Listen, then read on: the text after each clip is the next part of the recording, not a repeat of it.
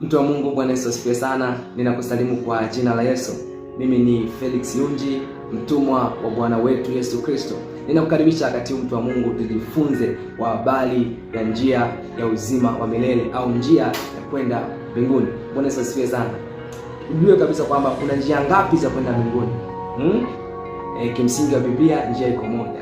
Bwana Yesu asifiwe sana.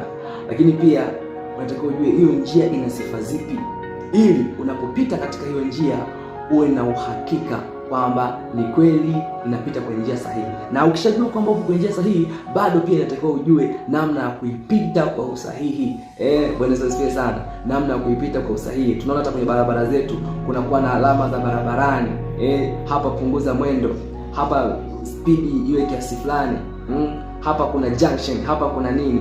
Kwa hiyo vivyo hivyo pia lazima ujue taratibu na namna ya kupita kwenye hiyo njia baada ya kuijua hiyo njia. Bwana Yesu asifiwe sana. Tukianza kwa kuthibitisha kwamba njia iko moja tu, katika kitabu cha Yohana sura ile ya 14 mstari wa 6. Tunaona hapa Yesu mwenyewe anathibitisha. Hapa ni wakati ambapo Yesu alikuwa anawaaga wanafunzi wake.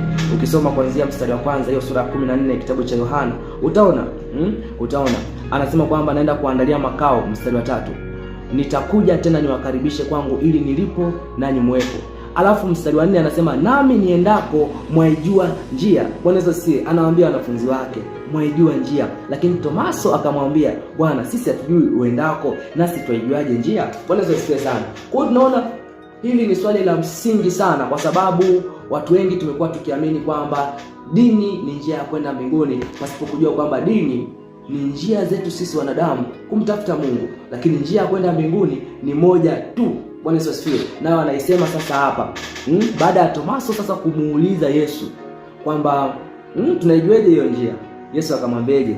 Yesu akamwambia, mimi ndimi njia na kweli na uzima, mtu haji kwa Baba ila kwa njia ya mimi. Kwa unaona hapa Yesu anatoa jibu. Hiyo njia ni ipi?